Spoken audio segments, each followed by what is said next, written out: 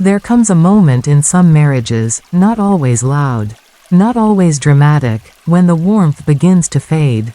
You wake up next to each other, go through the routines, handle the logistics of life like partners in a business contract.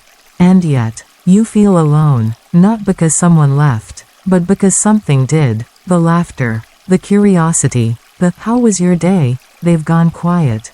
If this sounds familiar, I want you to know something right away: you are not alone. And it is not too late. Disconnection happens in nearly every long-term relationship at some point. The key is not to panic, not to blame, but to begin again with something small, something human, something real. So let's talk about where to start. And often, it starts with words, but not the big words, not the deep conversations about feelings, trust, or what happened to us just yet. No, it begins with the smallest things, the kinds of conversations we used to have without thinking. Because when a marriage has grown cold, silence is usually the first sign. We stop talking, or we only talk about chores, bills, and the kids. We lose the casual, curious moments where connection used to live. So the first step to warming up your marriage again is this. Break the silence, but do it gently. Start with something simple. Ask your spouse how their coffee turned out today. Mention a song you both used to love. Share a memory that made you smile. You're not trying to force a deep conversation. You're just opening a window, letting some fresh air back in. You'd be surprised what happens when you make space for even the smallest kind of connection. One woman in Minnesota told me she started leaving sticky notes for her husband every morning, not emotional notes. Just things like, "Good luck on the meeting," or, "Your lunch is in the fridge." After a few weeks, he started writing back. Those little exchanges became the start of real communication again. Here's the truth. We don't rebuild connection in one grand conversation. We rebuild it in the quiet moments we choose to notice each other. So if your marriage feels distant right now, don't wait for the perfect time to talk. Just say something today, something kind, something ordinary, because it's not the big talks that keep us close, it's the small ones. Repeated daily, with love. Part 2. Touch without words. Rebuild physical affection slowly. Sometimes, what words can't reach, a gentle touch can. When marriages feel cold, it's not just about the silence in conversations, it's often the absence of warmth between bodies. The space that's grown between hands that once held each other without hesitation. Physical affection may seem small, but it carries a quiet power. It says, "I still care," without demanding a reply. And for many couples, touch becomes the bridge back when words feel too hard to find. But here's where it gets delicate. If emotional distance has built up over time, physical closeness can feel awkward or even unwanted. That's normal. You can't expect the same spark you had years ago to reignite overnight.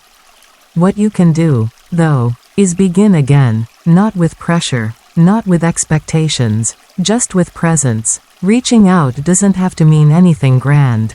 It can be as simple as a hand on your spouse's shoulder while passing in the kitchen, a soft touch on the arm while watching TV, or even a moment of stillness, sitting side by side, saying nothing, but not moving away. I remember hearing from a man in his late 50s who told me, "We hadn't hugged in over a year.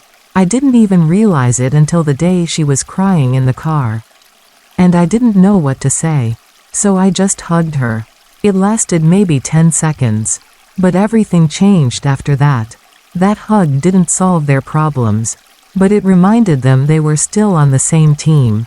It reminded them their bodies remembered even when their minds were full of doubt."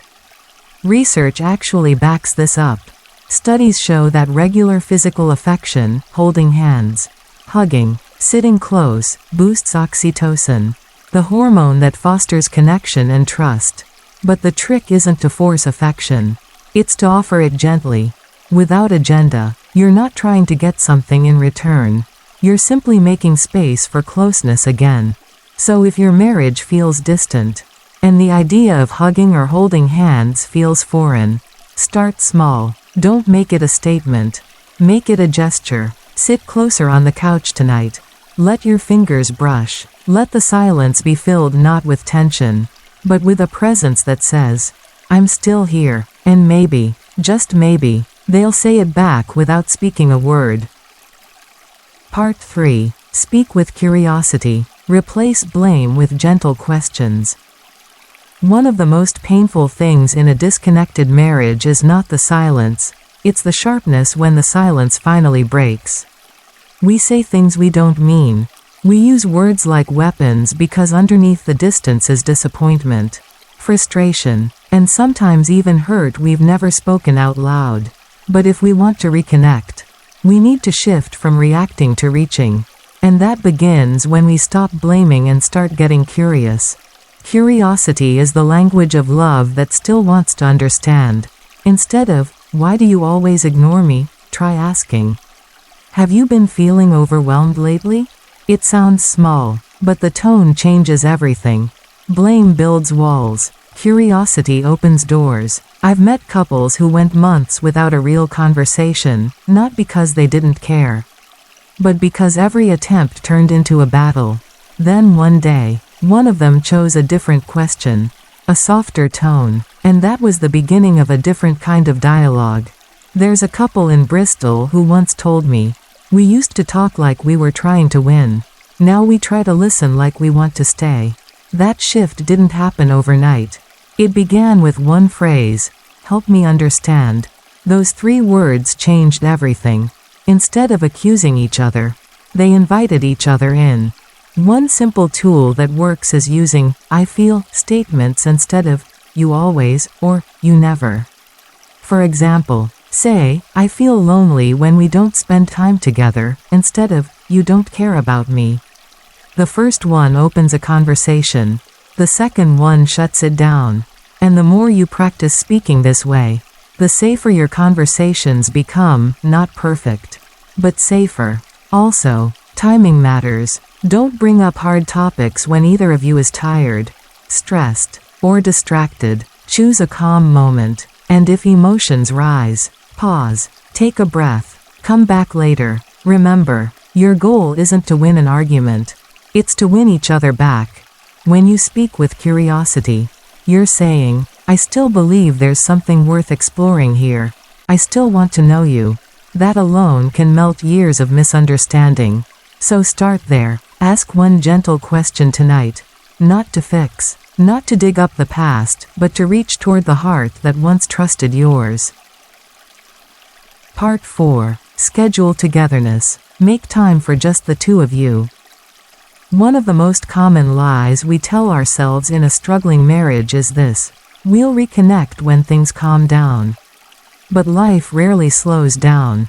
Work, kids, aging parents, bills, stress, it all keeps coming.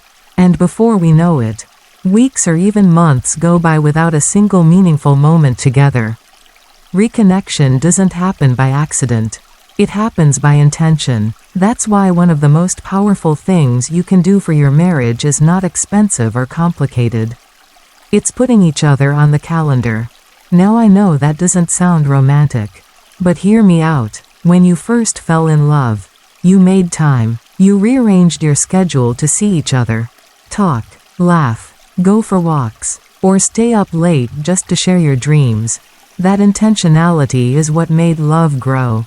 And it's exactly what's needed to grow it again. Start small. You don't need a weekend getaway. You need 15 minutes of undivided attention. You need a walk after dinner without your phones. You need coffee on Saturday morning without distractions. One couple I know in Colorado set a simple rule: 10 minutes of no-screen conversation every night before bed. No phones, no TV, just sitting together and talking, sometimes about the day, sometimes about nothing important at all. At first, it felt awkward, but slowly, those 10 minutes became something they looked forward to. It became their way of saying, "You still matter to me." Here's the truth: if you don't create space for connection, Life will fill that space with everything else. And your marriage will get whatever leftovers are left. But if you make your relationship a priority, even in small ways, it sends a clear message. This matters. We matter. Plan it like you would a meeting or a workout or a dentist appointment. Set a recurring time, even if it's just once a week. Protect it, celebrate it, and don't wait until you feel deeply in love to do it. Often, it's in the showing up that the feeling starts to return. Love isn't something we only feel, it's something we practice. So this week, pull out your calendar, pick one moment, one pocket of time, name it, just us. And when you show up for it, even if it's just to sit side by side in silence, you're doing something sacred. You're saying, we are still choosing each other, even now. Part 5. Remember why you chose each other. When a marriage feels cold, it's easy to forget how it all began. You look across the room and see someone you barely talk to anymore. The distance, the tension, the unspoken disappointments, they take over the space where warmth used to live. But buried underneath that quiet ache is a story. Your story, the one that started it all.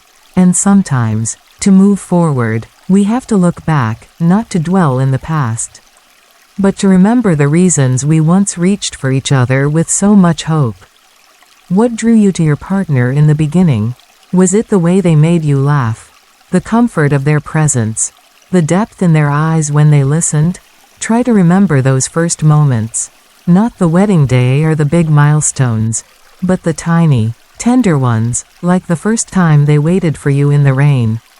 Or the note they left in your lunchbox. Or how they stayed up to hear about your dream, even when they were tired. These memories are not just nostalgia. They're anchors. When you take time to revisit them together, even just for a moment, you remind each other that the love you once felt wasn't a fantasy. It was real, and it still exists, just buried beneath the noise and the numbness of daily life. One couple in Sweden told me they started doing something simple each Sunday night. They each wrote down one memory from the early days of their relationship and shared it over tea. No pressure, no analysis, just remembering. Over time, those stories became a bridge. They laughed again, they softened, they saw each other not as adversaries, but as the same people who once stayed up all night talking in the car, dreaming about a life they now lived, just with a few cracks in the walls. Here's something powerful you can do tonight. Sit with your spouse, even if things feel strained. Ask, can you tell me one reason you chose me? Back then? Then, take a deep breath, and share one of your own. It might feel strange at first, but sometimes, healing begins with remembering who you were, so you can find the courage to become that for each other again. Because love isn't just a feeling, it's a choice. And when you choose to remember, you give yourselves a second chance to become new again, together.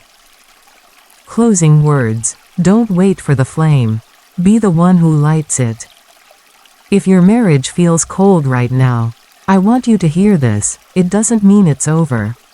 Cold doesn't mean broken. It just means unattended. And anything that's been left in the dark too long simply needs light, gentle, steady, patient light. You don't need a miracle to reconnect. You need one small choice, made again and again, to speak kindly, to touch gently, to listen curiously, to make space, and to remember. The road back to each other may not be easy, but it is possible. You don't have to walk it perfectly. You just have to walk it together. So tonight, take one small step, hold their hand, ask one soft question, show up to the moment. Because sometimes, the warmth doesn't come first. You create it, by choosing love. Again. If something in this video touched your heart, please like and subscribe to stay connected. This channel isn't just about giving advice, it's about reminding you that love, in all its forms, is worth fighting for, whether you're in love, in doubt, or in the middle of rebuilding something fragile. You're not alone. Share your thoughts in the comments below. We're here with you. And we look forward to seeing you again in the next episode.